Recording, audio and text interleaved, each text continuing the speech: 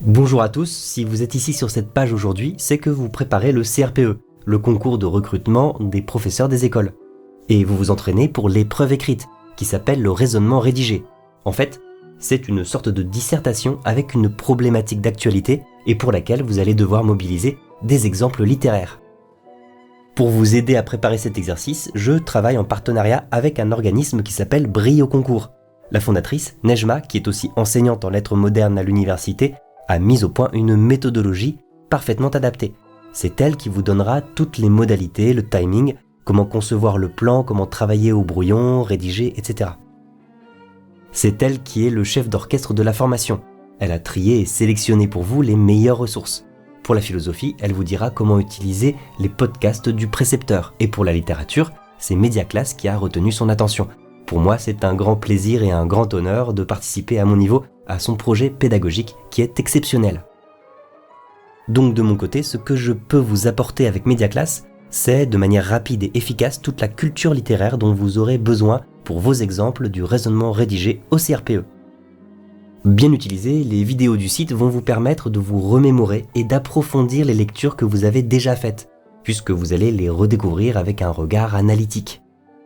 Et si vous n'avez pas encore lu ces ouvrages, les vidéos vont vous donner rapidement le contenu et les axes de lecture. L'avantage, c'est que votre lecture sera balisée à l'avance. Vous n'aurez plus qu'à vous focaliser sur les passages les plus importants. Les sujets qui tombent au CRPE sont en fait directement inspirés des grandes entrées du cycle 4, c'est-à-dire les grands thèmes qui sont abordés en 5e, 4e et 3e. Or, la bonne nouvelle, c'est que ces thèmes sont limités. Je vous les donne tous dans un document spécial. Donc nous avons 4 grandes entrées, plus un questionnement complémentaire par niveau, et 3 niveaux. 3 x 5, ça fait 15 thèmes qui peuvent tomber au CRPE. 15 thèmes pour lesquels il suffit d'avoir 3 ou 4 exemples, qui d'ailleurs peuvent se recouper. Si vous souscrivez à la formation Brille au concours, vous verrez que pour chaque thème, Nejma vous propose une carte mentale avec des exemples déjà traités et orientés, issus de la littérature et de l'actualité.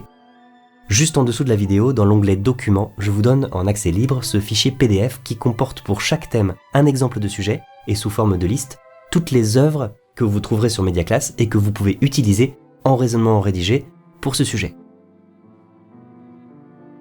Pour vous montrer comment utiliser ce document, on va prendre tout de suite ensemble 3 entrées du cycle 4. On va imaginer à chaque fois un exemple de sujet de raisonnement rédigé et je vais vous proposer à chaque fois 4 œuvres qui peuvent illustrer ce sujet.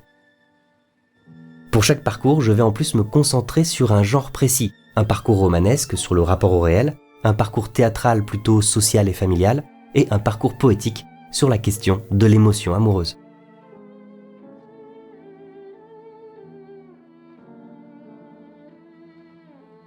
D'abord, un parcours plutôt romanesque. On va se pencher sur « Regarder le monde, inventer des mondes » en 4e avec le thème « La fiction interroge le réel », c'est-à-dire comment le fait d'inventer des mondes peut nous aider à comprendre la réalité. Un sujet possible serait par exemple « La fiction peut-elle révolutionner le réel ?» Je vous propose donc 4 exemples littéraires développés sur mon site. Montesquieu, Les Lettres persanes. C'est un roman épistolaire où 2 persans visitent Paris et font ressortir avec leur regard étranger toutes les absurdités du pouvoir en France. On est juste après la mort de Louis XIV. Montesquieu détourne la censure et on sent avec cette œuvre qu'on s'achemine déjà vers des idées qui vont alimenter la Révolution française à la fin du siècle. Deuxième exemple, Le dernier jour d'un condamné de Victor Hugo. C'est une fiction, mais qui s'organise sous forme d'entrée dans un journal, tenu par un prisonnier condamné à mort. Dans la vidéo, je vous montre comment Victor Hugo a caché de manière narrativisée tous ses arguments contre la peine de mort. C'est bien une œuvre qui aura contribué à l'abolition de la peine de mort en 1981. Troisième exemple, Le Rouge et le Noir de Stendhal. C'est en quelque sorte le parcours initiatique d'un jeune homme, Julien Sorel, qui est pour le moins fâché contre l'ordre social de son époque. À travers mes vidéos, je vous montre à quel point ce roman dénonce et bouscule l'ordre de la société de l'époque, à travers la trajectoire d'un individu, un personnage qui est parfois attachant mais aussi souvent agaçant. Quatrième exemple, on ne pouvait pas terminer cette série d'exemples sans Zola. La Curée, c'est la satire d'un certain régime, le Second Empire, et Zola critique non pas tant les travaux d'Haussmann en eux-mêmes que toutes les malversations et les dérives morales qui l'entourent. En fait, Zola dépasse le rôle du naturaliste, son regard est clairement satirique. Le Second Empire se termine d'ailleurs avec une guerre, la défaite de Sedan, et une révolution la Commune de Paris.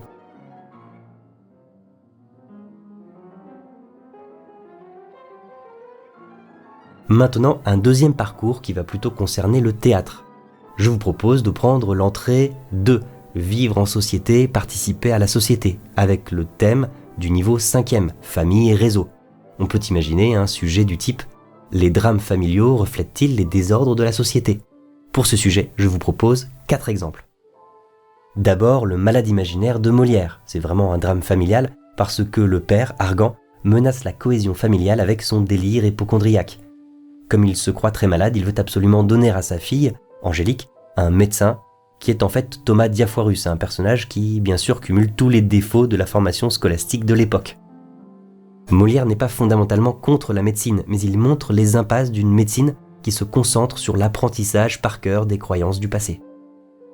Deuxième exemple, le mariage de Figaro, qui est donné en 1784, c'est-à-dire 5 ans avant la Révolution française. Le comte Almaviva, qui est devenu un aristocrate libertin et autoritaire, veut s'approprier Suzanne, la fiancée de Figaro.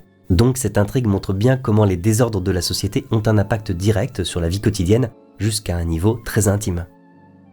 On va encore avancer dans le temps avec le 19e siècle. Je propose Hernani de Victor Hugo, parce que, avec cette pièce, Victor Hugo essaye vraiment de transcrire sur le plan culturel les acquis de la Révolution française. L'intrigue nous plonge dans l'Espagne du XVIe siècle, mais en fait, on retrouve bien les préoccupations du XIXe siècle. Le proscrit, amoureux d'une femme noble, doit s'opposer à tout un ordre social pour réussir à épouser Donia Sol. Dernier exemple, XXe siècle, juste la fin du monde de Lagarce. C'est intéressant de citer une pièce qui est presque contemporaine, puisque Jean-Luc Lagarce est mort du sida en 1995, et la pièce de théâtre a été transposée au cinéma par Xavier Dolan. Or justement, dans cette pièce, le personnage principal, Louis, est sur le point de mourir. Et Louis est aussi ce qu'on appelle un transfuge de classe, c'est-à-dire que son métier l'a éloigné de la classe sociale d'origine de sa famille. On retrouve donc pas mal de thèmes qui peuvent tomber au CRPE, et que j'analyse en détail dans mon résumé analyse, mais aussi dans les explications linéaires et les dissertations thématiques.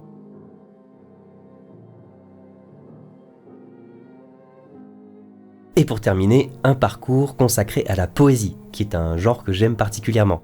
Et je vous propose l'entrée Se chercher, se construire, avec le thème du niveau 4, Dire l'amour. On va imaginer un sujet du type La poésie peut-elle exprimer toutes les émotions ? Et là, pour un tel sujet, vous avez beaucoup de poésie sur Mediaclass, par exemple Louise Labbé avec son célèbre sonnet. Je vis, je meurs, je me brûle et me noie, j'ai chaud extrême en endurant froid dur. La vie m'est est trop molle et trop dure, j'ai grands ennuis entremêlés de joie. C'est un beau témoignage de la manière dont on pouvait décrire le sentiment amoureux au XVIe siècle. Un sentiment qui est en fait ambivalent, à la fois chaud et froid, doux et amer. L'amertume, c'est d'ailleurs à la fois la caractéristique des larmes, mais aussi celle de l'amer. Et vous pouvez aussi citer Marbeuf.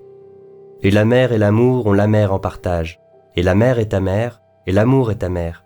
On s'abîme en l'amour aussi bien qu'en la mer, car la mer et l'amour ne sont point sans orage. Ensuite, si on avance au XIXe siècle, on peut citer Verlaine ou encore Tristan Corbière. C'est vraiment une toute autre manière d'appréhender le sentiment amoureux.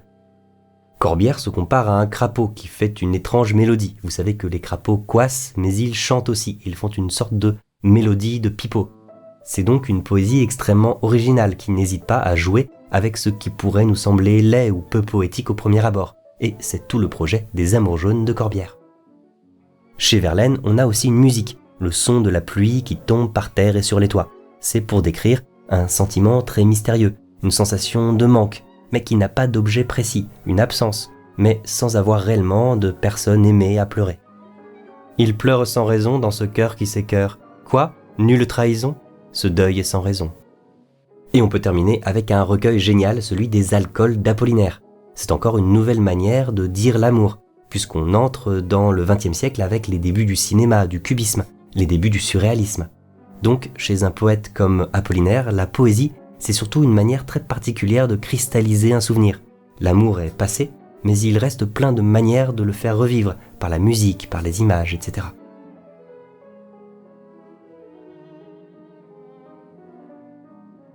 Voilà pour ce tour, je vous invite maintenant à consulter le document avec les 15 thèmes, les sujets proposés, et vous allez voir que les exemples se recoupent souvent, puisqu'une même œuvre littéraire peut servir à illustrer plusieurs raisonnements. Et en ce qui concerne la méthodologie du raisonnement rédigé en lui-même, je vous invite à vous rendre sur le site ou le compte Instagram de Brio Concours.